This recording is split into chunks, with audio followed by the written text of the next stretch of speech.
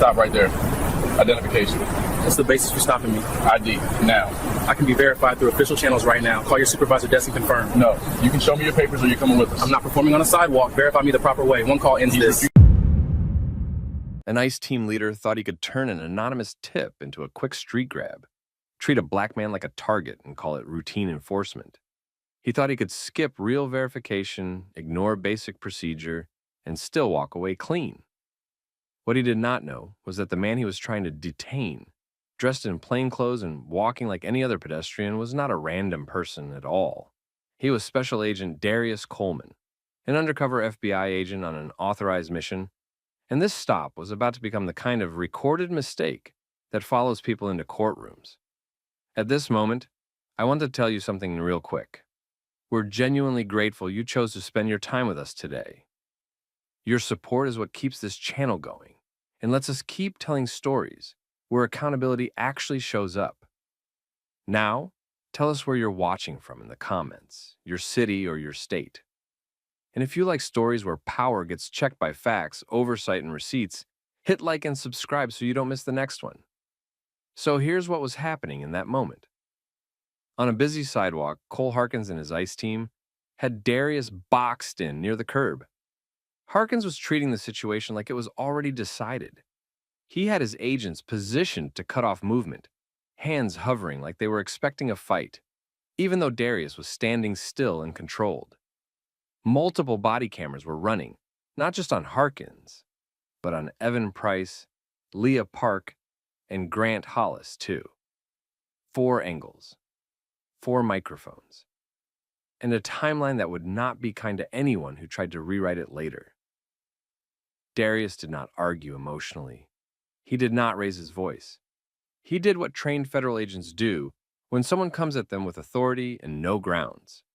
He tried to move the encounter into verifiable channels. He identified himself in a way that could be confirmed and pushed for the one step that would have ended the whole thing in under 2 minutes. A supervisor call and an official confirmation through the right desk. Harkins refused. Not because he could not verify, because he did not want to. And that refusal was the moment the stop stopped being about enforcement and became about ego. Darius was in plain clothes for a reason. He was working an authorized operation that required him to look ordinary, move normally, and not pull attention. In that world, flashing credentials on a sidewalk was not always an option. It could burn an operation, endanger people, or put the wrong eyes in the wrong location. So Darius tried to do it the professional way. He gave them enough to check him without forcing a scene. Harkins took that professionalism and treated it like disrespect. Grant Hollis shifted closer, ready to put hands on. Evan Price looked like he was waiting for an order he did not want to hear.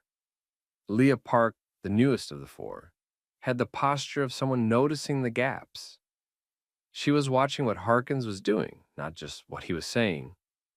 Her body camera caught details the others did not, including how early Darius offered verification and how quickly Harkins shut it down.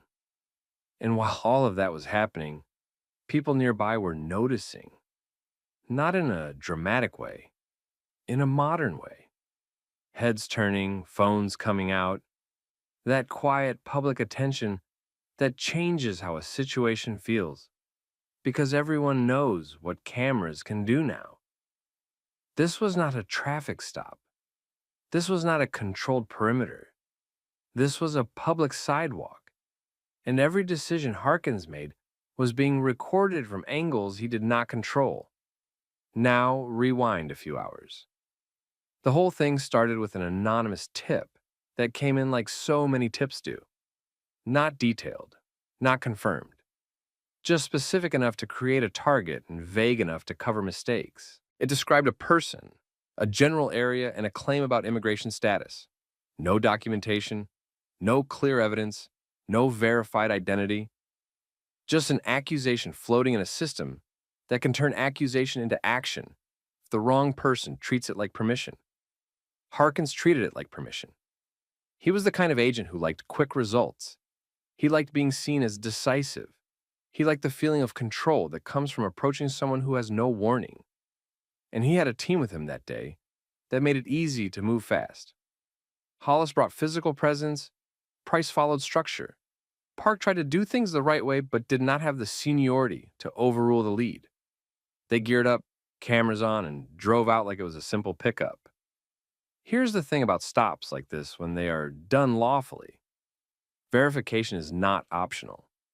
You do not just look at someone and decide their status. You do not treat an anonymous tip like it is proof. You build grounds, you document, and you confirm identity through the channels designed for that exact purpose. Harkins did the opposite. He went straight for dominance. Darius was walking toward a meet point tied to his assignment. Nothing about his behavior was chaotic. He was not hiding. He was not running. He was not doing anything that matched a threat narrative. He looked like a working professional moving through a city like thousands of people do every day. The ICE vehicles slowed. The agents stepped out. Harkins approached first, setting the tone. He demanded identification and started framing the situation like Darius had to prove he belonged there. Darius did not comply with panic. He complied with discipline. He asked what the legal basis was. He provided a controlled response. He made it clear this could be resolved quickly through official verification. What mattered next was not what Darius did. It was what Harkins refused to do. Harkins did not contact a supervisor. He did not use official channels to confirm identity. He did not treat the situation like a question that needed answering. He treated it like a test of authority, and he was determined to win it. Park, on her body camera, was the one who signaled the problem without making a scene. She pushed for verification steps that would cover them. She was trying to keep the stop inside policy. Price hovered in the middle, uncomfortable but still moving with the team. Hollis got impatient and started positioning for restraints. Darius remained calm, but he tightened his boundaries. He did not consent to a detention without grounds. He repeated the verification route. He tried to keep the operation protected while still giving them a clean way out. And that was when Harkins escalated the encounter into a detention anyway. Not because of new evidence. Not because Darius did something threatening. Not because the tip became reliable. But because Harkins decided that a black man in plain clothes refusing to submit without verification was enough for him to force the issue.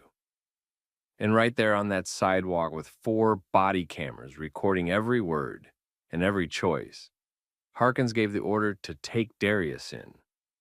Once Harkins gave the order to take Darius in, the whole stop shifted from a public contact to a forced detention. And that mattered for one reason. Now every step needed lawful grounds and clean documentation. And from that point on, the cameras showed the opposite. Grant Hollis moved first. He closed distance, controlled Darius's arms, and put him in restraints like this was already confirmed. Evan Price stood close and followed the physical positioning, but his body language looked like someone waiting for the missing piece that never came. Leah Park stayed slightly off to the side, watching the steps, watching the logic, and her body camera captured the most important thing of all. Darius kept offering a verification path, and the team kept choosing not to take it. Darius did not fight. He did not run. He did not give them anything they could later label as resisting. He stayed compliant with safety instructions, while still making it clear the detention itself was not justified. He told them repeatedly that he could be verified immediately through official channels. He gave them the kind of details that only needed one phone call to confirm, and he pushed them toward a supervisor call instead of a sidewalk power play. Harkins did what a lot of people do when they feel their authority being questioned on camera. He started reframing. He leaned on vague language about safety and uncertainty. He treated Darius's calm insistence on verification as attitude. He also started acting like Darius's identity claim was automatically a lie, even though he had not done the basic work to check it. This is where the power chess part showed up clearly. Harkins knew that if he called it in and it came back wrong, the stop would end right there, and his team would have to explain why they treated a random pedestrian like a confirmed target. So instead, He tried to win the moment first. Move Darius off the street, isolate him, and make the verification happen later, on Harkins's timeline, when the pressure could do the work. Park did not openly challenge him in front of the public, but she kept pushing procedure. She flagged the need to confirm identity before taking someone deeper into custody. Her camera caught her tone shifting from routine to concerned because she could see what was happening. They had no solid grounds, and they were recording that fact in real time. As they moved Darius to the vehicle, bystanders kept watching. Phones were up. Nothing dramatic, just that modern, people know what this looks like energy. And that public setting mattered because it made it harder for Harkins to pretend the encounter was quiet and controlled later. Multiple cameras were running inside and outside the team. Once Darius was in the car, the team started doing what agencies often do in messy stops. They tightened control and limited options. They asked for identification again. Darius stayed consistent. He explained that he was on an authorized mission and could not start flashing sensitive credentials in public like a performance, but he could be verified immediately through the right desk. He asked for a supervisor. He asked for an official call. He asked them to confirm him the same way agencies confirm each other every day. Harkins still refused. And here came the mask-off moment, the one that later hit hard in court. Harkins started talking like the stop was justified because Darius fit what they were looking for. Not because of evidence, not because of a confirmed status, but because the anonymous tip described a look and a location, and Harkins decided that was enough. He treated Darius as probably undocumented, as if probably was a legal standard. He spoke like verification was a favor he did not owe. Park's angle caught the quiet pause after that, the kind where everyone on the team knows a line was crossed, but nobody says it out loud. This was no longer just a bad stop. It was a decision to treat appearance as probable cause. When they arrived at the field office, the same pattern continued. Instead of verifying first and correcting the mistake immediately, they went into processing mode, inventory, questions, forms. The usual machinery that makes a detention feel official even when it started wrong. Darius kept his composure. He did not threaten. He did not brag. He did not try to big league them. He stayed on one point. Verify him through official channels right now and end this. Harkins kept delaying. It took outside pressure to force the verification that should have happened on the sidewalk. That pressure came in the form of basic institutional self-preservation. Someone higher up started asking the obvious questions. Someone noticed the claim of a federal agent. Someone realized that if this went sideways, the cameras would make it impossible to bury. Park played a quiet role here. She did not go rogue, but she documented.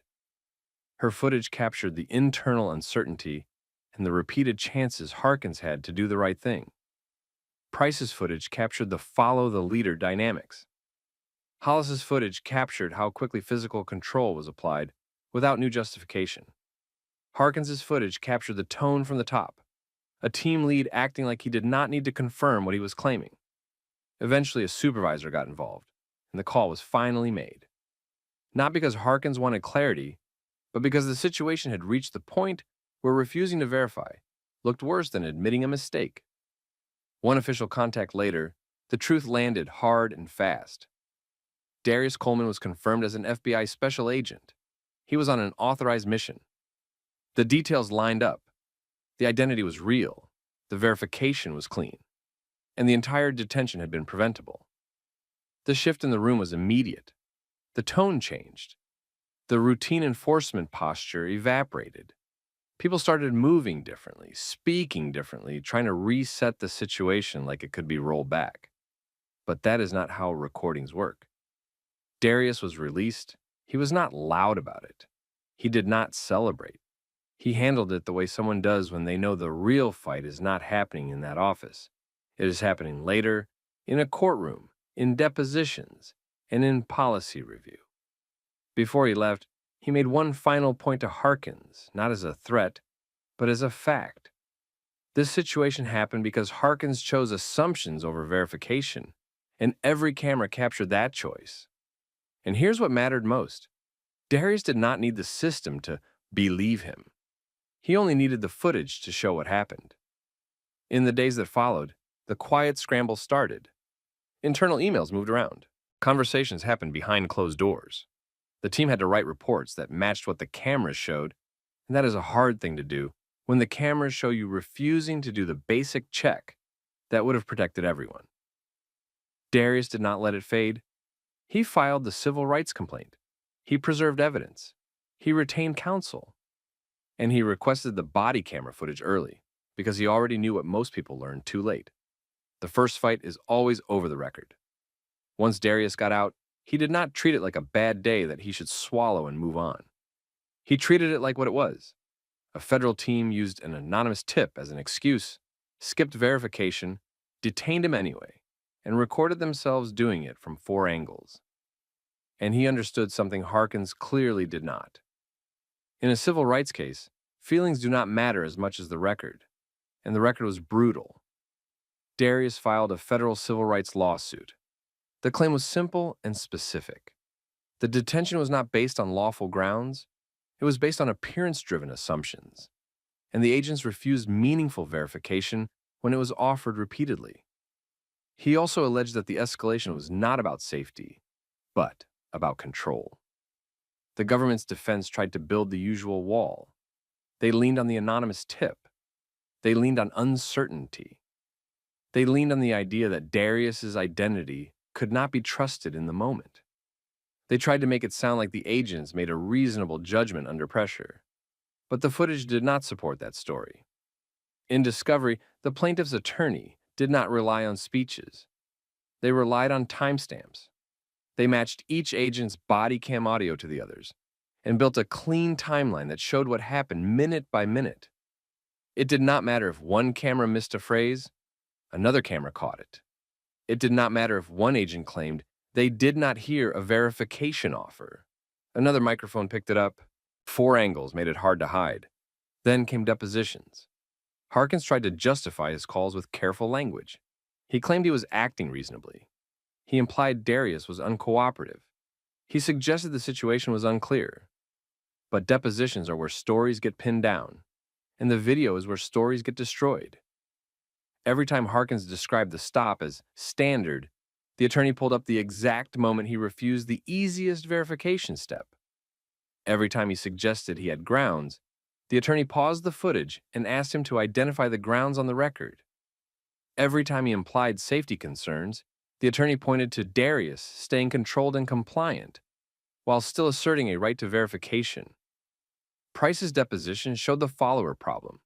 He could not fully defend what happened, but he also did not want to say he disagreed in the moment. That tension came through. Park's deposition was different. She did not grandstand. She explained procedure, explained what was missing, and explained why verification was the responsible move. Hollis tried to frame the cuffs as routine, but the footage showed how fast physical control came without the normal steps, and then the case went to trial. In the courtroom, the footage became the center of everything. Not one clip, not a highlight reel. The full sequence. The approach, the refusal to verify. The escalation, the detention, the delayed confirmation, the moment the truth finally landed, and the quiet shift in tone afterward. Jurors do not need to be legal experts to understand a simple fact. If someone offers a direct, official way to confirm who they are, and you refuse to take it, you are choosing ignorance. And when that choice leads to a detention, that choice has consequences. The defense tried to redirect blame onto the tip. They tried to frame the agents as acting in good faith. They tried to argue that Darius should have done more to prove himself. But that argument collapsed for one reason. Darius did exactly what he was supposed to do. He offered verification through official channels. Harkins rejected it. When the jury deliberated, it did not take long. The record was too clear. The verdict came back unanimous for Darius, and the judgment was massive, $15 million. That number was not about a payday. It was a statement about what the jury believed happened and how serious it was. It covered damages, the scale of the violation, and the fact that this was recorded misconduct, not a misunderstanding. After the verdict, the consequences moved fast. Cole Harkins did not get to quietly lead another team like nothing happened. The agency had to respond because the case was public. The footage was public in court, and the reasoning was on the record. He faced termination-level discipline, and his career in that role was done. The team's outcomes varied. Hollis faced consequences tied to how quickly he moved to physical detention without the verification step. Price faced consequences tied to following an unlawful escalation instead of pushing procedure. Park was treated differently because her conduct and her documented push for verification showed she recognized the problem. That did not erase the harm, but it mattered in how responsibility was assigned. Then came the bigger piece: policy changes. The agency implemented reforms that were directly connected to what the case exposed. Stronger verification requirements before detaining someone based on tips alone. Mandatory supervisor oversight for stops built on vague or anonymous information. Cross-agency identity confirmation procedures that had to be attempted when someone claimed federal affiliation and offered official verification.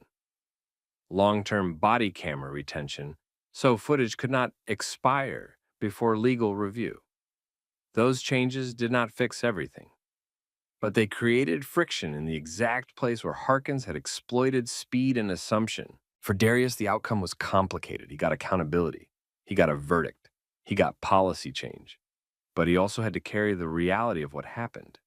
He was a federal agent on an authorized mission, behaving calmly, and it still did not protect him from being treated like a problem based on appearance. That is why this story stuck. Because it was not about one bad call. It was about how quickly a system can decide who deserves verification and who deserves detention. And if you're watching this, ask yourself something honestly. If Darius had not been FBI, if he had been a regular guy with a regular job, would anyone have ever made that verification call at all? Or would he have been processed, ignored, and labeled like so many people are? That's the lesson here. The difference was not dignity. The difference was documentation. So drop a comment. What would you have done in Darius's position, knowing you have to stay calm, but also protect yourself? And have you ever seen someone in authority skip steps because they thought they could?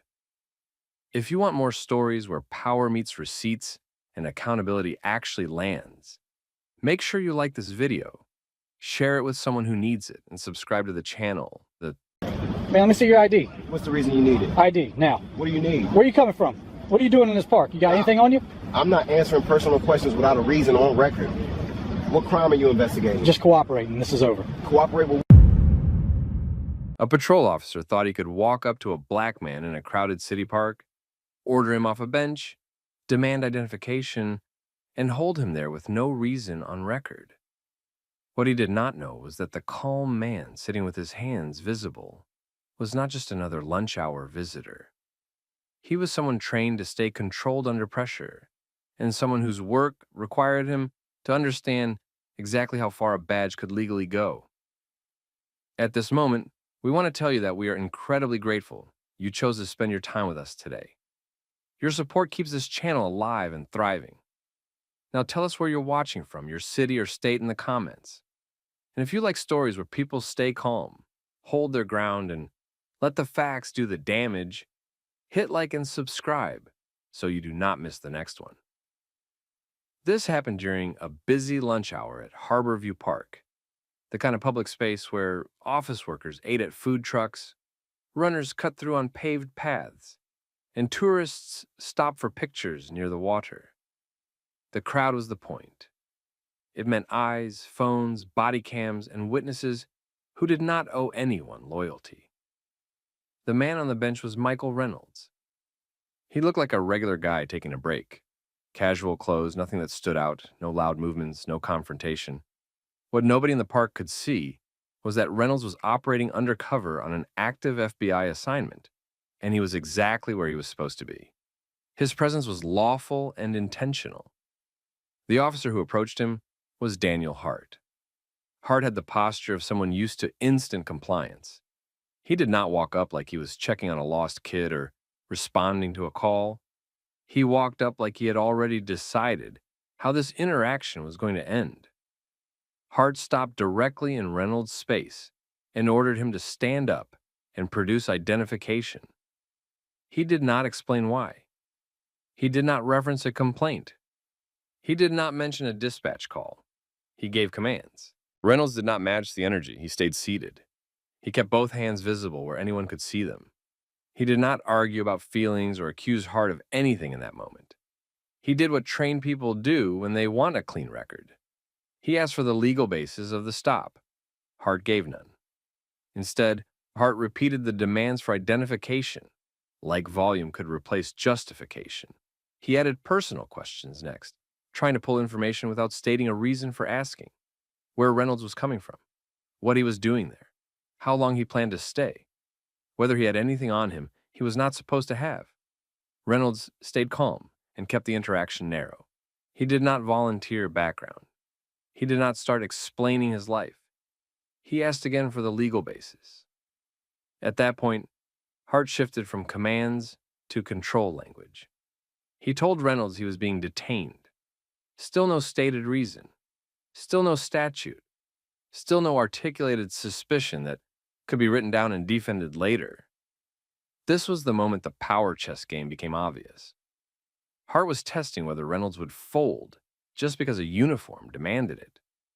Reynolds was testing whether Hart would put a real legal claim on the record.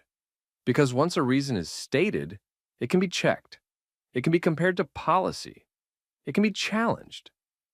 Hart did not want a reason on the record. Reynolds asked the kind of questions that forced clarity without raising the temperature. Whether he was free to leave, whether there was a specific crime being investigated, whether Hart had reasonable suspicion. He asked it with the same steady tone, because steady tone matters. It keeps the story about process, not attitude. Hart did not answer cleanly. He kept circling back to ID. Around them, the park did what parks do. People watched without wanting trouble. Then people started noticing the pattern. A uniform standing over a black man who was seated and calm. Repeated demands. No explanation. That draws attention fast. A teenager on a bench angled a phone toward the interaction. A food truck worker looked up and paused mid-task. A jogger slowed down on the path. A woman with a stroller stopped and stared long enough to confirm what she was seeing. Hart noticed the phones, and that changed him. His voice did not get quieter. His posture got tighter. He started talking like he wanted to end the conversation before it became a documented problem. The pressure tactics shifted. Less fishing, more force. More reminders that he had authority. More insistence that Reynolds comply now and ask questions later. Reynolds did not take the bait. He did not stand. He did not reach into pockets without warning. He kept his hands visible and his movements minimal. That detail matters because it removed every excuse Hart could later use to justify escalation. Hart tried a different angle. He implied Reynolds' presence was suspicious without naming what made it suspicious. He hinted at park issues and vague complaints without referencing any actual call. He suggested Reynolds should just cooperate if he had nothing to hide. This is where the mask started slipping. Hart made it about belonging. Not loudly, not with slurs, with that familiar tone that frames a black person as an interruption in a public space. The kind of wording that signals the real motive without ever admitting it.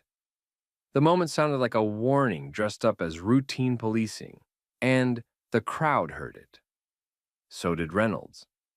Reynolds' job was not to win arguments with local officers. His job was to complete an assignment without exposing it. But there is a line where an unlawful detention becomes a direct threat to the mission. Time matters. Movement matters. If Hart decided to take Reynolds to a station, the assignment could get compromised.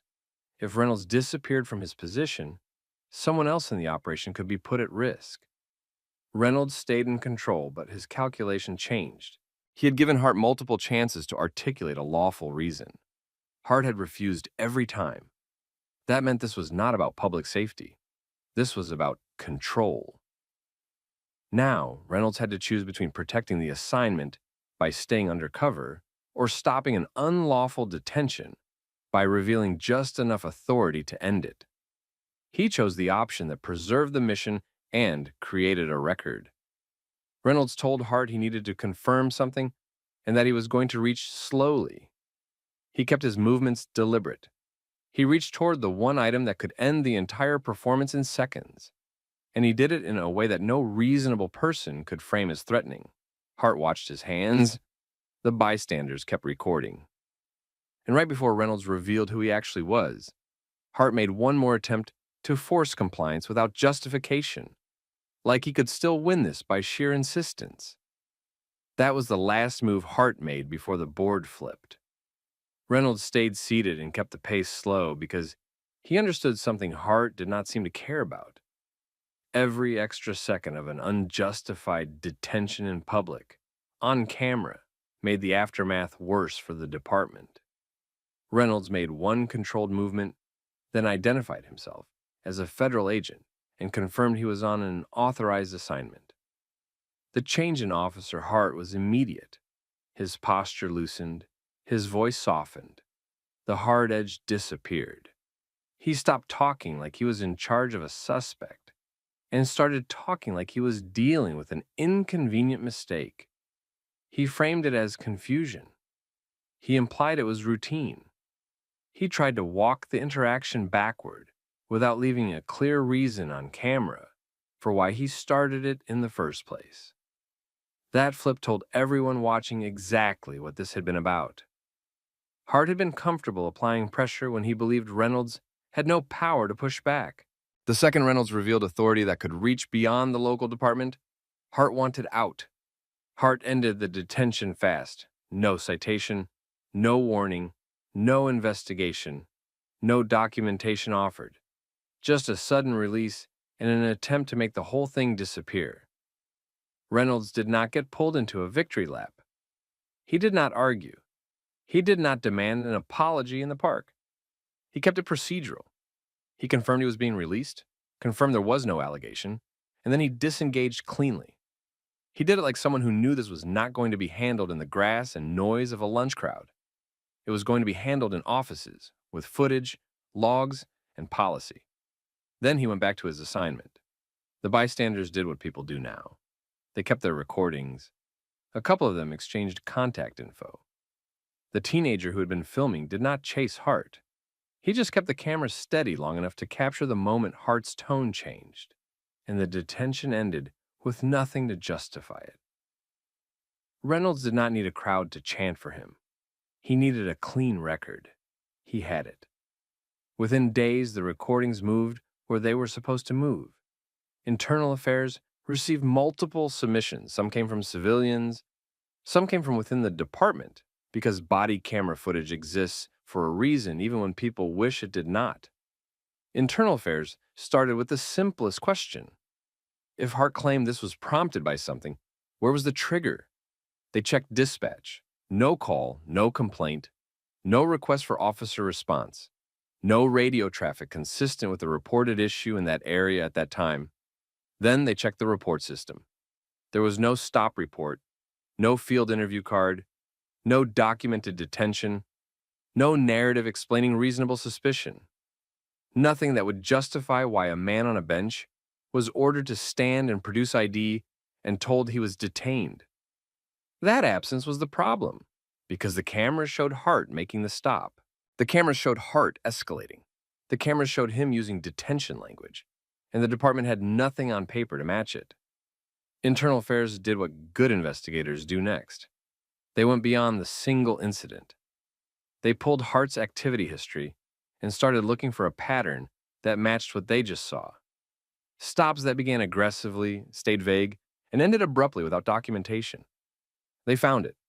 Over and over, Hart was recorded initiating stop and release encounters in public spaces. Parks, sidewalks, transit areas. Places where presence could be framed as suspicion if nobody demanded a reason. The common thread was not arrests, it was control. Hart would approach, demand compliance, and then disengage once the person pressed for legal justification or once a phone appeared. The moment recording was obvious, his tone would shift, and the stop would end without a report. And another thread showed up as well. The people most often targeted in these vague stops were black. Internal Affairs expanded the inquiry into a formal misconduct investigation. That meant prior complaints that had been closed as unfounded or no evidence got reopened.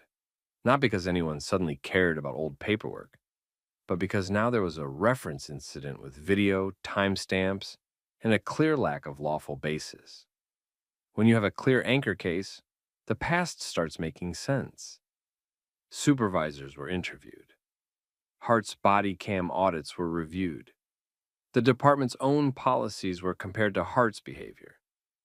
The investigators did not need to guess intent. They focused on what could be proven: repeated failures to articulate reasonable suspicion, repeated detentions without documented cause, repeated pattern stops ending once oversight appeared. Hart was placed on administrative leave. Inside the department, the conversation changed. Not publicly, not with press conferences, but internally where careers and policy live. Some people called it a misunderstanding at first because that word is useful. It makes problems sound accidental. It makes accountability feel optional. Internal Affairs did not treat it like a misunderstanding. They treated it like a repeated practice that finally collided with a case too clean to brush away. And this time, the person on the bench was not just a civilian with no access to institutional pressure. He was a federal agent who could confirm, without drama, that the stop was unlawful from the start and that there was no excuse available after the fact. That fact did not make Reynolds special. It just made the incident impossible to bury. Internal Affairs did not treat Hart's stop in Harborview Park as a single bad moment. They treated it as a test case that exposed a repeat behavior. They built the investigation the way it holds up later: timeline first, evidence second, policy comparison third, pattern last. They locked down the Harborview Park timeline from every angle: Bodycam, any nearby city cameras, witness submissions. They matched it to dispatch logs and confirmed there was no call for service tied to Reynolds. No complaint. No radio traffic that would explain why Hart initiated contact. Then they compared Hart's on-camera conduct to policy. The problem was not subtle. Hart issued commands and escalated to detention language without articulating a lawful basis. He did not document the stop. He did not cite a statute. He did not show reasonable suspicion on record. That alone was enough for sustained findings. But Internal Affairs kept going because the park footage raised a bigger question. If he did this when there were witnesses and cameras everywhere, what did he do when there were fewer eyes? They pulled more footage and more incidents. Same structure, different locations. Hart approached people in public spaces, made immediate demands, asked personal questions, and used pressure to force compliance. When people pushed back by asking for legal justification, he shifted tactics. When recording was visible, he ended the encounter quickly. Again and again, the stops ended without reports, without citations, without arrests. That pattern mattered because it exposed intent without anyone needing to read his mind. A lawful stop can be explained and documented. A stop built on control usually cannot. Internal Affairs reopened prior complaints. Some were from people who had never been arrested, never cited, and never even told what they supposedly did wrong. The old closures started to look different when the investigators had a documented example of Hart initiating detentions without cause and leaving no paperwork. They also reviewed supervision. Hart's volume of public contacts was high compared to peers, while his documentation was low. That is an obvious mismatch. The department could not claim it had no warning signs. It had data, but it wasn't using it the way it should have. The misconduct findings went up the chain. Hart was interviewed. He tried to justify the stop as checking suspicious behavior, but he could not point to any behavior that met the standard. He referenced general park concerns, but There was no call. He implied safety reasons, but he never articulated them during the encounter. The cameras showed a stop that started as a command and ended as a retreat the moment Reynolds identified federal authority. When that interview was compared against video and logs, the credibility gap widened. Hart was terminated. He appealed, and the appeal failed. The department's decision held because it was built on the cleanest kind of proof: what he did, what he said, and what he did not document. His certification was flagged. That meant the career impact went beyond one department. He was no longer just a local officer who could quietly transfer to another badge and repeat the same pattern. Then came the part departments usually avoid talking about: what they did wrong. They acknowledged policy failures in supervision and oversight, not as a public performance, but as a necessary admission inside the system that allowed a pattern to grow. Reforms were implemented with specific controls designed to prevent exactly this kind of stop from staying invisible. They increased body camera audits with targeted review for officers who initiated a high number of stops without corresponding reports. They required on-camera articulation of reasonable suspicion for detentions, not after the fact, not in a supervisor's office, but in the moment when it actually mattered. They expanded supervisory review for repeat stop and release behavior and created earlier intervention steps. When patterns appeared, they reinforced training on constitutional standards with scenario-based evaluations that focused on documentation, lawful basis, and de-escalation, not just officer presence. Harborview Park did not become a viral headline. There was no national debate cycle, no trending clip, no influencer commentary. The outcome was quieter and, in some ways, more serious. The system corrected itself because it had no room to deny what the record showed. Reynolds completed his FBI assignment without compromise. He did not need to win in public to get justice. He needed the documentation to reach the right place. And it did. The final lesson from this case was simple. When authority cannot state its legal basis, it collapses the moment oversight shows up. Not because someone got loud, but because the facts left nowhere to hide. So here's the question for you. If you were sitting on that bench and an officer demanded your ID with no reason, would you know what to ask, and would you stay calm enough to keep the record clean? If you've experienced something like this or witnessed it, share what happened in the comments. And if you want more stories where dignity, documentation, and accountability win without theatrics, like this video, subscribe to the channel, and we'll see you in the next one. Stay right there. Don't move. Why you stop me? I'm checking the vehicle. I provided my documents. I do not consent to any search of my vehicle. If there's nothing to hide, this is quick. You're searching without consent and without explaining why. I want a supervisor. An 8-year patrol officer decided a black man in a luxury BMW had to be doing something wrong, and he tried to turn a nothing stop into a big arrest through pure intimidation. What he didn't know was that the calm driver he was trying to corner wasn't just any citizen.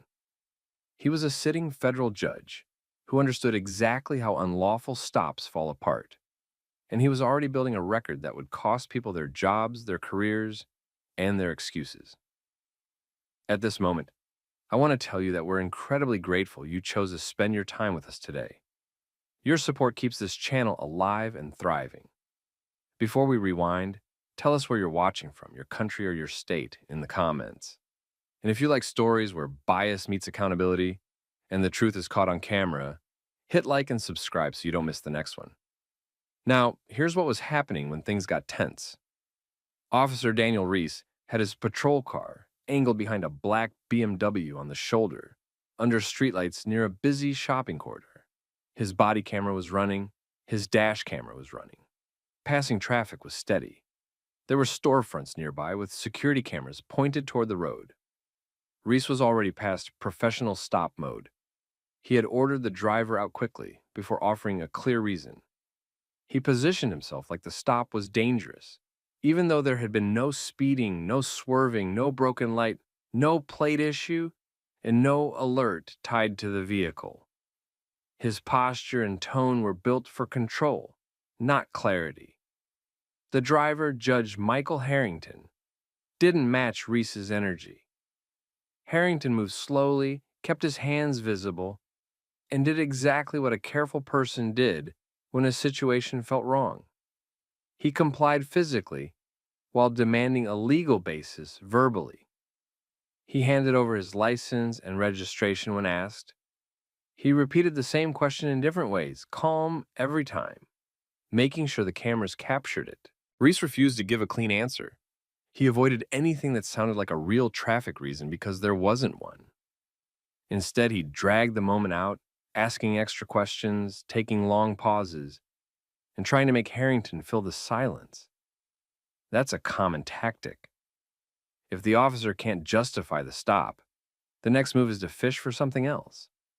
Harrington didn't give him anything.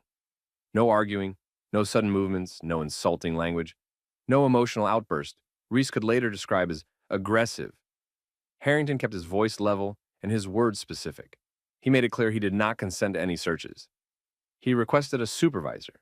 He repeated that he wanted the lawful reason stated on the record. That's when Reese started pushing harder. He claimed he needed to confirm the vehicle wasn't stolen, but he didn't cite a report.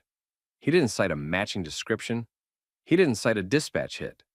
He didn't cite a tag return that raised suspicion. He just acted like the car itself was suspicious because of who was driving it. Harrington's calm didn't soften Reese. It irritated him, because calm doesn't feel like submission. Calm feels like resistance when someone is trying to dominate the moment. Reese circled the BMW as if he was hunting for an excuse he could point to later. He shined his light into the cabin. He stared at the VIN area. He looked for anything that could be framed as probable cause. He didn't find it. So he tried the next step: pressure. He implied that cooperation would make this go faster. He hinted at consequences without naming them. He made it sound like Harrington had something to hide simply because he was asserting rights. That's the move. Turn basic legal boundaries into suspicion. But Harrington didn't shift. He continued doing the one thing that makes bad stops dangerous for the officer involved. He kept the interaction clean. He gave Reese no behavior problem to use as cover. He kept returning to the same point. The reason for the stop had to exist before the stop, not be invented afterward. And here's the part people miss when they watch these clips online. This wasn't just an argument on the roadside. This was a power contest over the narrative. Reese wanted the stop to become a story that justified itself. Harrington wanted the stop to stay exactly what it was: a decision made first and rationalized later. The cameras were the referee. Reese held Harrington's ID longer than necessary, studying it like he was hoping it would magically become fake if he stared at it long enough. Harrington didn't flinch. He kept his hands visible. He stayed measured. He kept requesting the supervisor. He kept stating non-consent to search. Reese returned to the vehicle. The Bodycam audio caught the shift in his breathing and pacing. He was reaching the point where his assumption had produced nothing, and he still needed an outcome that let him feel like he won the stop. This is where the stop stopped being routine and started becoming a case. Because once an officer makes a stop with no lawful basis, every minute after that becomes risk. If they let the person go, they feel embarrassed. If they keep going, they dig deeper. And if they cross a line on camera, the footage doesn't care about their pride. Reese went back toward the BMW, and he moved like he'd made a decision. And Harrington, without raising his voice, kept doing the same thing that was driving Reese crazy. He stayed composed, stayed factual, and kept the record clear. Reese made the move that officers only make when they don't have a real reason to hold someone and they still want control. He told Harrington he was going to search the BMW anyway, as if saying it confidently would turn it into lawful authority. Harrington didn't step into the trap. He didn't get loud. He didn't reach. He didn't argue about the search itself in a way that would look like resistance. He did the smart thing. He stated clearly and repeatedly that he did not consent. and he asked again for the legal basis to be stated on camera. Reese refused to give one. He kept it vague on purpose. He leaned on general phrases, the kind that sound official but don't actually explain anything. He acted like the stop was about confirming ownership, yet he hadn't started with any legitimate traffic reason, hadn't gotten a hit from dispatch, and hadn't pointed to any specific indicator that the car was stolen. Then he went hands-on with the vehicle. He opened the door and started looking through the cabin. Not a quick glance, not a focused safety check. It was a search in the plain meaning of the word, moving items, checking compartments, looking under seats. He did it slowly, like he was hoping something would appear if he took long enough. Harrington stood near the shoulder with his hands visible, watching without moving closer.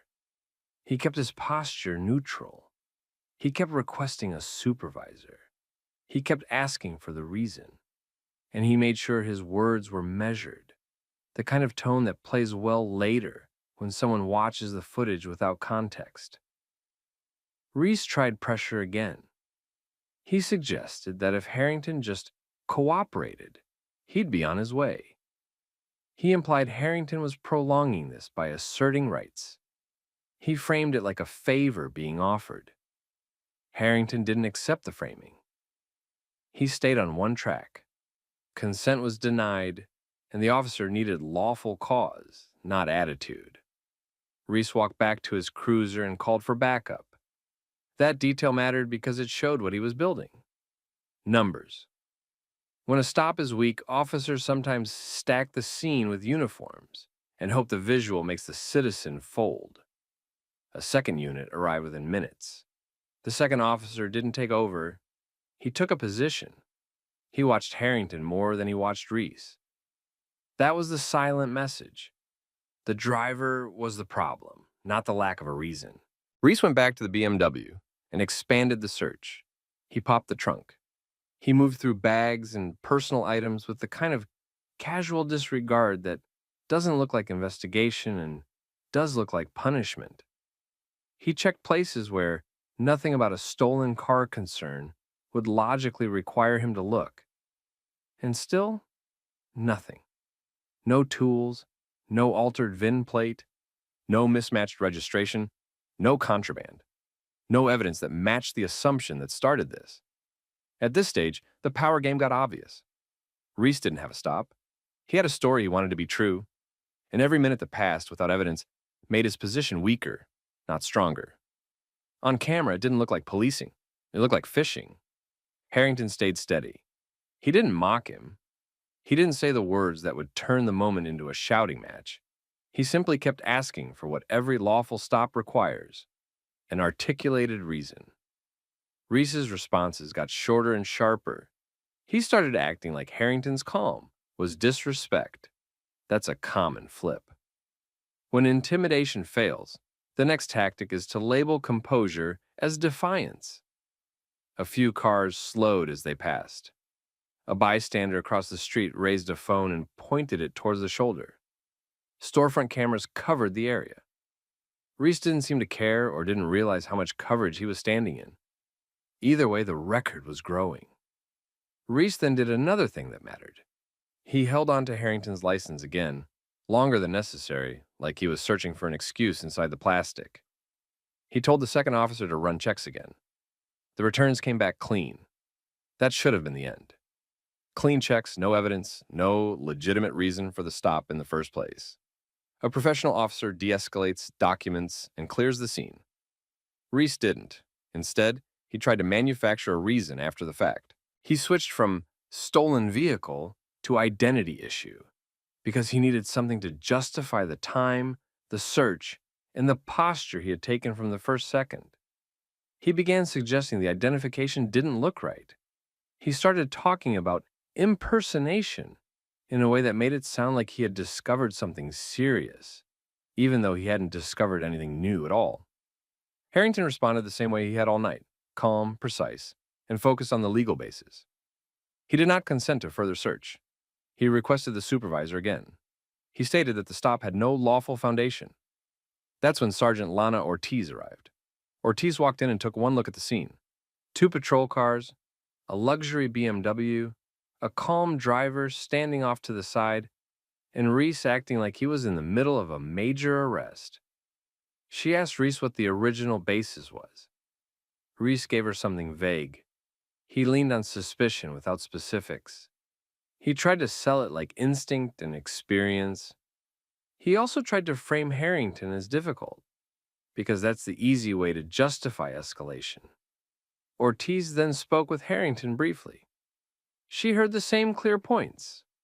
No traffic violation, no consent to search, repeated requests for the legal basis, and compliance without aggression. She didn't get theatrics. She got a record. And now Ortiz had a choice. Supervisors either correct the officer in the moment or protect the officer and hope nobody ever sees the footage. Ortiz didn't immediately shut it down, but she also didn't fully endorse Reese's behavior. She asked what evidence Reese had that the ID was fraudulent. Reese didn't have evidence. He had irritation and a need to be right. The search was already done. It had already produced nothing. The checks had already come back clean. The cameras had already captured the timeline. Reese was running out of room.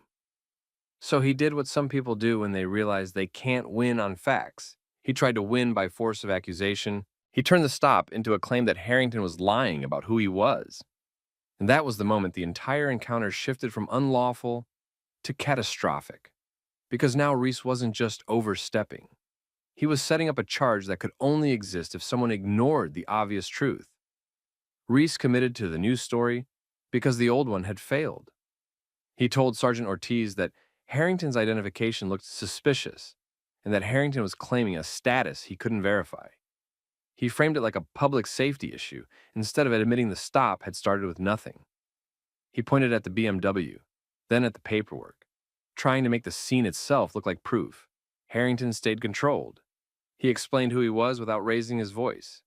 He repeated that he had complied, that there had been no traffic violation, and that Reese had searched without consent. He asked Ortiz to stop the detention unless Reese could state a lawful basis on camera. Ortiz asked Reese for something concrete to justify the arrest threat. Reese didn't produce evidence. He produced certainty. He acted like confidence could replace probable cause. Then he did the thing that ends careers. He escalated to handcuffs to force the situation to look serious. Reese ordered Harrington to turn around and place him in custody for what he described as fraudulent identification and impersonation. It was a charge built on nothing but the officer's refusal to accept the truth in front of him. The second officer stood by and didn't intervene. Ortiz didn't physically stop it. She let it happen, and that decision became part of the later fallout. Harrington didn't resist. He didn't argue in a way that would muddy the video. He stated calmly that the arrest was unlawful and that the cameras would show it. He also requested that the supervisors preserve the recordings and dispatch logs. That was the chess move. Harrington wasn't trying to win roadside. He was locking the record so nobody could rewrite it later. At the station, the tone changed fast. A desk supervisor took the paperwork, looked at the name, and paused. Another staff member checked internal directories. Within minutes, phone calls started moving up the chain. The normal booking rhythm broke. Reese tried to keep acting like it was routine, but the station didn't treat it like routine. Someone asked Reese for the original basis of the stop. He gave the same vague language he'd used on the shoulder. The problem was that vague doesn't survive video. And now everyone knew there was video. Harrington was held briefly while identities were verified through official channels. Once confirmation came back, the department faced a choice: double down on the arrest or unwind it immediately before the paperwork became permanent. They unwound it. Harrington was released without the officer's story ever being supported by an actual violation, an alert, or evidence from the search. But the damage was already done, and Harrington didn't leave quietly in the legal sense. He left with names, times, badge numbers, and a clear understanding of what the footage would show when requested. Within days, formal preservation letters went out. Bodycam, dashcam, dispatch audio, CAD logs, and nearby business footage were requested before anything could be lost. A civil rights attorney got involved early, not to posture, but to control the timeline and the evidence. Then the recording spoke. The footage showed no traffic violation. It showed Reese ordering Harrington out without a clear reason. It captured Harrington's repeated non-consent to search. It captured a search that produced nothing. And it captured the pivot into identity claims only after the officer came up empty. That is the part departments can't spin, because it isn't opinion, it's sequence. The story spread beyond the city once people realized who the driver was and what the cameras captured. The department tried to contain it internally at first, but the moment it reached outside oversight, containment stopped being an option. The department tried to treat it like an embarrassing mistake that could be handled quietly. They failed, because this wasn't the kind of incident that stayed local once the record was preserved. Harrington didn't do media first. He did paperwork first. Within days, his legal team filed preservation demands and formal requests tied to the stop. Bodycam, dashcam, dispatch audio, CAD logs, supervisor notes, and any internal messages about the incident. That mattered because departments sometimes summarize incidents before the raw footage gets reviewed. Harrington's team cut that off early by locking the evidence trail. Then the civil rights lawsuit landed. It wasn't written like a speech. It was written like a map. It laid out the timeline. No traffic violation, no articulable suspicion, an extended detention without lawful basis, a non-consensual search, then a fabricated pivot into identity accusations after the search came up empty. The claim wasn't just that Reese was rude. The claim was that Reese violated constitutional standards and then tried to cover the failure with criminal allegations. Once that filing hit, federal attention followed fast because the facts were clean and the footage was clear. The city's first move was predictable. They placed Reese on administrative leave, announced an internal review, and emphasized that the department took the matter seriously. That language is designed to buy time. Time didn't help them because the investigation didn't stay inside the building. A parallel federal inquiry opened, and that is where the stop stopped being about one officer. Investigators asked for complaint histories, prior stop data, and patterns tied to vehicle searches and suspicious ID claims. They looked for how often Reese initiated stops without clear traffic reasons, how often he searched, and how often supervisors signed off afterward. That's where the real problem surfaced. There were prior complaints. People had reported being stopped without clear reasons, being questioned like they were suspects first and drivers second, and being searched after refusing consent. Some complaints had been dismissed as misunderstandings. Some had been marked not sustained due to insufficient evidence. Now the evidence existed and it matched the complaints. Supervisory complicity became the next issue. Sergeant Ortiz wasn't the only one who had been on scenes like that. Command staff had seen patterns in numbers, or at minimum they had been responsible for not looking at them. The department's oversight structure showed a familiar failure. Complaints were treated like PR problems, not early warning signals. With the footage public and the lawsuit active, the city's risk calculation flipped. The question wasn't, can we defend this? It was, how much worse does this get if we try? Reese was terminated. His badge and authority were gone. But that wasn't the end because termination is employment. The investigations were criminal and civil rights related. An indictment followed. The charging theory wasn't complicated. It focused on the unlawful detention, the unlawful search, and the false statements used to justify escalation. The case didn't rely on opinions about bias. It relied on sequence, policy, and what the officer said and did on recording compared to what he later claimed. Reese's defense tried to frame it as good faith policing, but the gap between the footage and the paperwork was too big. A jury doesn't need to be a constitutional scholar to understand when a reason is invented after the fact. The city, meanwhile, faced the civil case math. Settlement talks were not just about Harrington. They were about precedent. The moment a city admits a stop was pretextual and discriminatory on a clean record. It triggers copycat filings and reopens old ones. The city tried to limit exposure, but the federal inquiry was already digging into patterns, and that forced broader concessions. A major settlement was reached. The number was large enough that it couldn't be explained as nuisance. It was damages, legal fees, and the cost of failing to supervise. The payout hit the budget, but the bigger cost was structural. The department was placed under a federal consent decree. That meant external oversight with mandatory reforms, not optional training memos. The consent decree required tighter stop documentation, stricter supervisory review of searches, better Bodycam compliance audits, early warning systems for repeat complaints, and data monitoring tied to race and outcomes. It also forced a change in how complaints were classified and investigated because not sustained stopped being a convenient trash bin when the department could be audited. Then the past came back. Dozens of cases connected to Reese, and a small circle of officers were flagged for review, especially arrests where the initial stop reason was unclear, or where searches were justified with vague language. Defense attorneys started filing motions. Prosecutors started reviewing whether evidence had been obtained lawfully. Some convictions were challenged. Some charges were dropped.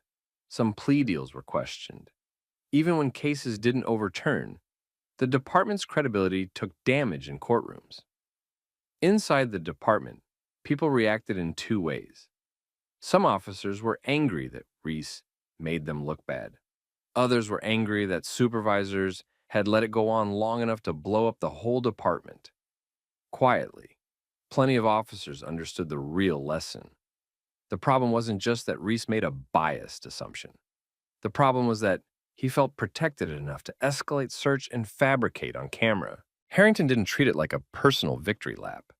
He treated it like a rule of law correction.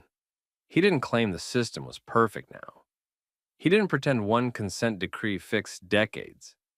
But he made sure one thing was clear. When documentation exists and a person refuses to be bullied into silence, the usual escape routes close fast. And here's what I want to ask you. If you were in that position, would you have stayed as calm as Harrington did, knowing the goal was to bait you into a reaction? Or would you have argued in a way that gave the officer something to use later? Drop your thoughts in the comments. And if you've ever experienced a stop that felt pretextual, share what happened, as much as you're comfortable sharing.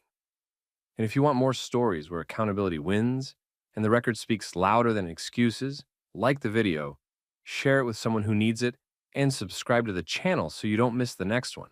All right, stay right there. Do not move toward the vehicle. I don't consent to any search of my vehicle. What's all this paperwork? What are you hiding? Those are my work documents. Please stop throwing my property on the road. Kruger, stop where you are. Face me. Sergeant, what's this about? You are being detained pending investigation. Do not reach for anything. I didn't do anything. This is a misunderstanding. Turn around. Hands behind your back. Officer Mason Kruger had Darnell Brooks standing on the shoulder with his hands visible, while the silver Mercedes sat gutted like a storage unit that got raided. Papers were spread across the pavement. A wallet case, a set of gym earbuds, and a folder of work documents were all out in the open. Kruger kept moving fast, talking louder than he needed to, narrating the mess like he was trying to convince the night that he'd found a criminal. What Kruger didn't understand was that Darnell wasn't panicking because he wasn't hiding anything. He was calm because he'd seen this kind of stop before, and he knew the real danger wasn't a ticket. The danger was an officer deciding the outcome first and working backward. And at this moment, we want to tell you this. We're genuinely grateful you chose to spend your time with us today. Your support keeps this channel alive and thriving. So tell us where you're watching from, what city or state. And if you watch stories where dignity, receipts, and accountability win, Hit like and subscribe so you don't miss the next one. Now let's rewind, because this didn't start with a search. It started with a look. Earlier that evening, Darnell Brooks had been driving home in his silver Mercedes, steady pace, no music blasting, no erratic moves. He looked like what he was, a working professional heading back after a long day, focused and quiet. Nothing about his driving screamed trouble. Officer Mason Kruger still pulled him over. Kruger used one of those vague reasons that left room for anything later. He claimed a minor traffic issue and treated it like a big deal from the first step out of his patrol car. He didn't walk up like a person doing a routine stop. He walked up like he'd already decided what kind of man Darnell was. Kruger's first questions weren't about the reason for the stop. He focused on the vehicle, the price of it, and the idea that Darnell didn't match it. He kept circling the same point in different ways, pushing for a slip-up, pushing for a story, pushing for an opening. Darnell gave him nothing. He stayed polite. He kept his tone even. He handed over the documents he was supposed to. He didn't argue about the stop right there because he understood the dynamic. On the roadside, the officer controlled the pace. Darnell controlled his own discipline. That's when Kruger shifted tactics. Kruger started describing Darnell as suspicious without anything concrete. He said Darnell looked nervous. He claimed Darnell was moving too much. He talked about officer safety while doing things that had nothing to do with safety. He asked where Darnell was coming from, where he was going, why he was in that area, and why he was driving that SUV. It was interrogation disguised as small talk. Darnell answered what he had to and stayed quiet where he could. He didn't volunteer extra details. He didn't try to win Kruger over. He kept his hands visible and his posture controlled, the way trained people do when they're dealing with someone looking for a reason. Kruger then told Darnell to step out of the vehicle. Darnell complied, slowly and clearly, because he knew sudden moves get rewritten later.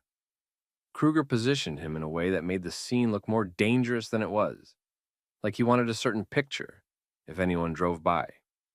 Then Kruger went hands-on. He patted Darnell down. Not a quick check. Not a professional sweep and done.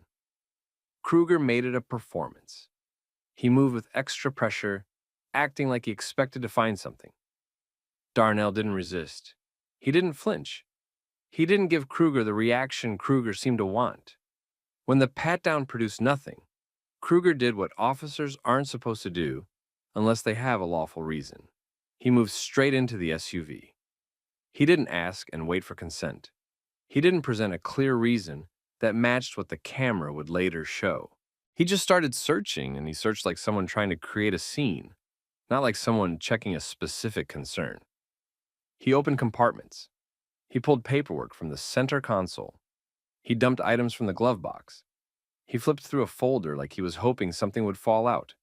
He opened the back area and shifted personal items around. He made the interior look like chaos, because chaos makes it easier to claim anything later. Darnell immediately stated clearly that he did not consent to any search. He didn't shout it. He didn't turn it into a speech. He repeated it in a steady voice because he wanted it on the recording. He also asked for the reason Kruger believed he could search. He asked for the legal basis in a way that sounded calm, not challenging, because he understood how quickly challenging gets labeled as aggressive. Kruger brushed him off and kept going. This is where the chess game started. Kruger acted like Darnell's calm was suspicious. He acted like asking questions was suspicious. He used the common routine. Talk fast, move fast, keep the other person off balance, and control the narrative.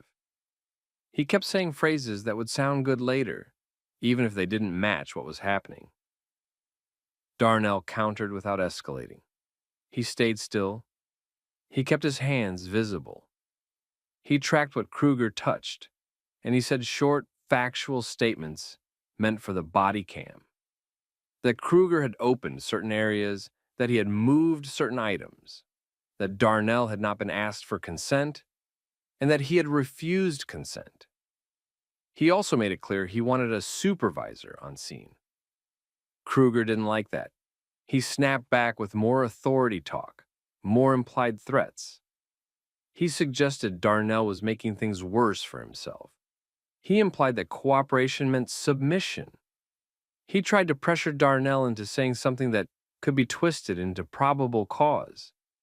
Darnell did not give him that. The longer the search dragged on, the uglier Kruger's energy got. There was a moment where Kruger stopped searching with any logic and started searching out of frustration. That frustration had a specific source. The SUV wasn't giving him what he wanted. No weapon, no stolen property, no hidden cash, no obvious contraband. Just the normal reality of a working adult's vehicle. Documents, personal items, everyday stuff. But Kruger didn't slow down and reset. He doubled down. He dumped more paperwork onto the ground. He scattered more items. He created a bigger mess, and the mess itself became part of his strategy. If the scene looked like a major discovery was coming, he could justify why he'd gone so far. Darnell watched it all and kept his voice controlled. He repeated that he wanted a supervisor. He repeated that he did not consent. He made sure his body language stayed neutral, because he understood something simple. In stops like this, the officer often wants two things: control and a reaction. Darnell refused to give him either. That's when Kruger stepped away from the SUV briefly, like he was thinking. Then he went back in, moving faster again, targeting the same spots he'd already searched, acting like he remembered something he'd conveniently forgotten. His tone changed too, less annoyed, more focused, like he'd decided the stop was not ending without a result. And Darnell noticed the shift right away, because trained people notice when the pattern changes. By this point, Kruger had already called for someone to come out, framing it like he needed support for a suspicious vehicle stop. Darnell knew what that meant. A second officer could either stop the nonsense, or it could turn into a group routine where they validate each other. Either way, the body cam was rolling, traffic was passing, and the scene looked worse by the minute. Kruger's whole posture changed the moment he decided the search wasn't going to fail. He went back into the SUV and started reworking the same areas he'd already torn through, moving with urgency like he was racing a clock. He kept talking louder than before, explaining his actions out loud as if volume could replace facts. Darnell stayed in the same spot on the shoulder, hands visible, body still. He didn't step forward. He didn't try to stop the search physically. He knew exactly how that would be written up later. What he did do was keep marking the timeline in a calm voice for the recording. He noted that Kruger had already searched those spots. He noted that Kruger had removed items and placed them on the ground. He noted again that he had not given consent. Kruger didn't respond to the facts. He responded to the tone. He told Darnell to stop talking. He warned him about obstruction in that familiar way officers use when they want silence, not safety. Then Kruger leaned into the open door, blocked the view with his body for a moment, and straightened up with something small in his gloved hand. A little bag. He held it up like a prize and immediately tried to lock the story in place. He acted like it had been sitting there the whole time, like it had practically introduced itself. Darnell didn't react the way Kruger wanted. He didn't shout. He didn't plead. He didn't give a dramatic denial. He looked at the bag, looked at the mess, and then calmly stated that the item had not been there when the vehicle was opened. He repeated that the officer had already searched that area. He repeated that he did not consent. And he asked again for a supervisor. That was the moment Kruger's confidence slipped. Not because he suddenly cared about right and wrong, because Darnell's calm made it hard to sell the caught red-handed story. A panicking suspect makes the officer look heroic. A steady adult narrating the inconsistencies makes the officer look reckless. Kruger tried to reset control by shifting into custody mode. He moved closer to Darnell, told him to turn around, and started reaching for restraints like the decision had already been made. Darnell complied with the positioning but kept his head up. He didn't resist. He didn't stiffen. He didn't do anything that could be twisted into aggression. He kept repeating one key point. The bag was not his, and the search had been non-consensual and chaotic. Kruger then did something that showed he wasn't thinking like a careful officer. He started narrating charges before he had any clean procedure in place. He started treating the stop like a win he could celebrate. That's when Sergeant Elena Ramirez arrived. Sergeant Elena Ramirez pulled up, got out, and immediately took in the scene with the kind of quiet focus that comes from experience. The Mercedes interior was dumped. The ground was scattered with documents and personal items. Kruger was standing too close to Darnell, with the bag held up like a prop. Ramirez didn't match Kruger's energy. She didn't accept his story on arrival just because he wore the uniform. She did what good supervisors do first. She slowed everything down. She separated the conversation. She had Kruger step back and explain, and she had Darnell remain where he was, keeping the scene controlled. Ramirez asked the basic questions that should have already been answered cleanly on body camera. What was the original reason for the stop? What specifically created probable cause? When the search began? Where the bag was found? And why the vehicle looked like it had been emptied onto the road? Kruger gave answers, but they didn't land right. His explanation leaned on vague claims and gut-feeling language. He kept describing Darnell as nervous and suspicious. He kept framing the SUV itself as suspicious. He kept talking about high crime and officer safety without connecting it to any specific, observable facts. Ramirez looked at the vehicle again. She looked at the spread of items on the ground. Then she looked at Darnell, and she did something that cut straight through the performance. She ran the identification properly, not a quick glance, not a half check. She called it in and waited for confirmation because the stop had already escalated past the point where lazy procedure was acceptable. While she did that, Darnell stayed calm and cooperative. He identified himself in a measured way, including his employment status, without using it like a threat. He didn't demand special treatment. He didn't posture. He simply made it clear that he was a federal law enforcement officer and that the situation was being documented in real time. Kruger tried to talk over that. He minimized it. He acted like it didn't matter. He pushed the idea that contraband was contraband and that he could handle it his way. Ramirez didn't bite. She kept her attention on verification. When dispatch came back, the tone changed fast. Darnell wasn't a random driver with a clean record. He wasn't a lucky stop. He wasn't someone Kruger could bully into a plea. He was an active Deputy United States Marshal, currently assigned, currently credentialed, and very much connected to systems that do not shrug off evidence planting. Ramirez's face didn't turn dramatic. It turned procedural. She didn't announce it to inflate Darnell. She acknowledged it because it changed the entire risk profile of what Kruger had just done. A bad stop was now potentially a federal-level problem. A questionable search was now potentially a criminal act. Ramirez then looked at the bag again and did something that mattered. She stopped treating it like a guaranteed fact. She asked Kruger to walk her through the exact discovery step by step, including where his hands were, what he moved, and why the same area was searched twice. She also asked why the vehicle's contents were dumped like that, because dumped contents create opportunity. Opportunity creates doubt. Doubt destroys prosecutions. Kruger's answers got worse. He became defensive. He tried to rush. He tried to frame Ramirez's questions as undermining him. He tried to push her into backing him automatically. Ramirez didn't back him automatically. She did the opposite. She told Kruger to stop touching anything. She directed him away from the open door. She moved to preserve the scene instead of working the scene. She also requested an additional unit and initiated the chain of notification that supervisors use when something looks like misconduct. Darnell watched all of it without celebrating. He didn't smirk.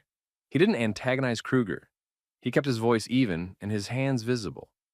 The only thing he asked for was simple, that his personal items not be handled further, and that the interaction be treated as a serious integrity issue. Ramirez then addressed the biggest problem in front of her. The search itself looked like it had been designed to create a discovery rather than uncover one. The bag didn't appear in a clean, contained way. It appeared after a prolonged, aggressive rummage with the officer, blocking sightlines and revisiting areas already cleared. That detail mattered, and Ramirez knew it. She took possession of the bag in a controlled way, documented it, and prevented Kruger from narrating over the evidence process. Then she made a decision that Kruger wasn't expecting. She removed Kruger from the driver's side completely and put another officer in position to oversee. She treated Darnell as a detained citizen who needed to be handled properly, not as a trophy. And then she started asking the questions that don't get asked, unless a supervisor is already thinking about accountability. Whether Kruger's body camera had been on continuously, whether he had called out probable cause before entering the vehicle, and whether he had any prior contact with his driver. Kruger tried to regain control by insisting the case was simple. Ramirez didn't accept simple. She accepted clean. By the time the next unit arrived, Kruger's story had already started collapsing under its own weight. Not because Darnell argued, because Darnell stayed steady while the system finally did what it was supposed to do: verify, document, and supervise. Once Sergeant Elena Ramirez took control, the roadside stopped being a traffic stop and turned into a scene preservation problem. She separated Officer Mason Kruger from the vehicle and from Darnell. She had another unit stand with Darnell while she handled procedure, because she wasn't going to let Kruger keep shaping the story with movement and noise. Ramirez treated the bag like contested evidence, not a victory. She documented where it was presented, noted the condition of the interior, and made it clear on camera that the vehicle had been heavily disturbed before the bag appeared. She also required Kruger to stop giving a running narrative and answer direct, specific questions. Kruger could not keep his timeline straight. His explanations depended on vague claims and shifting details. He kept falling back on generalized suspicion instead of clear observations. Ramirez didn't argue with him. She simply recorded what he said and what the scene looked like. Then she made the calls that changed everything. She notified the watch commander.